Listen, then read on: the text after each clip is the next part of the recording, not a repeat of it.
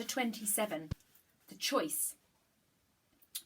On their return to the hollow under the fallen tree, Noah's Ark celebrated their friend's rescue with Madame Fargher and Henri recounting what had happened long into the night. Hailed as a hero, Pip's cheeks glowed scarlet and pink as the woodland creatures threw her into the air, and soon tales of the little umbrella mouse and the great escape spread far and wide, inspiring courage in all animals fighting for freedom from Hitler's snare.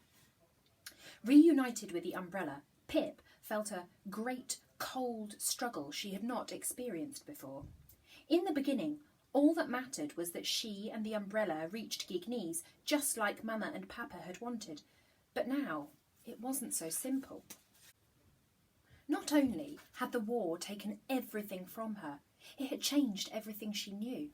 It had shown her the kindness and the brutality of animals and human beings. She had seen cruelty and bravery, selfishness and self-sacrifice, and to live the same life inside the umbrella now made little sense to her. But she was an umbrella mouse. She also belonged in the Gignees Museum with the only family she had left in the world. As the days passed, Leon, G.I. Joe and Hans did not come home, and a silence fell on Noah's Ark. None felt the sorrow more than Pip, who had lost too much since the bomb had hit James Smith and Sons.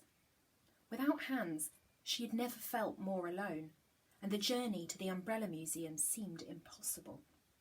Her heart throbbed with guilt every time G.I. Joe and Leon entered her mind, wishing she could have done something to save them.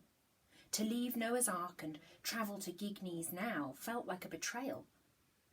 One breakfast a few days after their return, the bullfinch, operating the crystal radio concealed in the leafy upper boughs of the hollow, looked up and ripped the headphones from his silky black and coral head.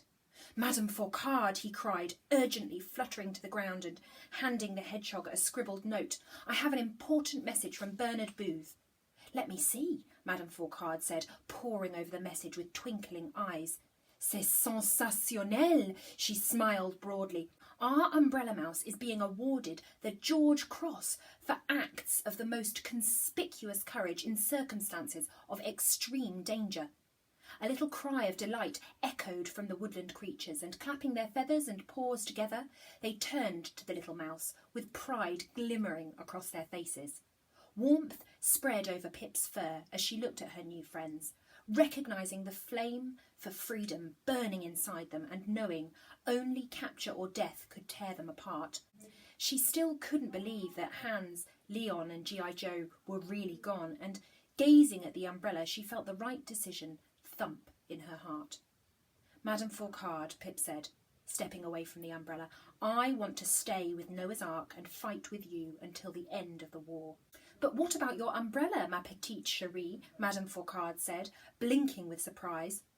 "I am the last surviving Hanway mouse of Bloomsbury Street, and I must honour all the other Hanway mice before me and get my umbrella and myself to the museum in Italy where it belongs, with my mother's family.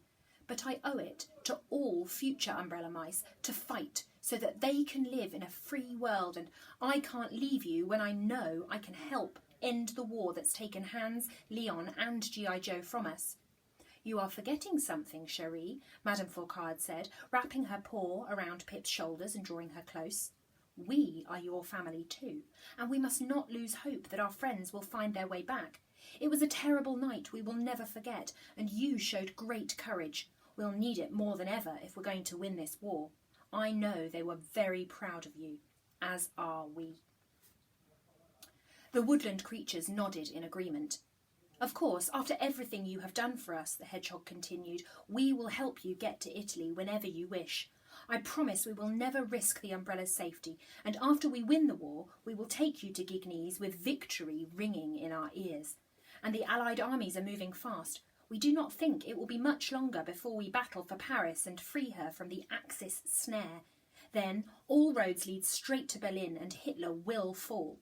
Finally, the war will be over and the world will be free. There are more adventures waiting for us. You'll see. And you'll love Paris. It's the most beautiful city in the world.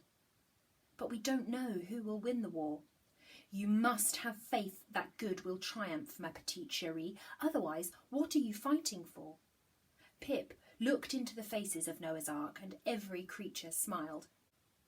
What she was sure had been an ending had suddenly turned into a new beginning.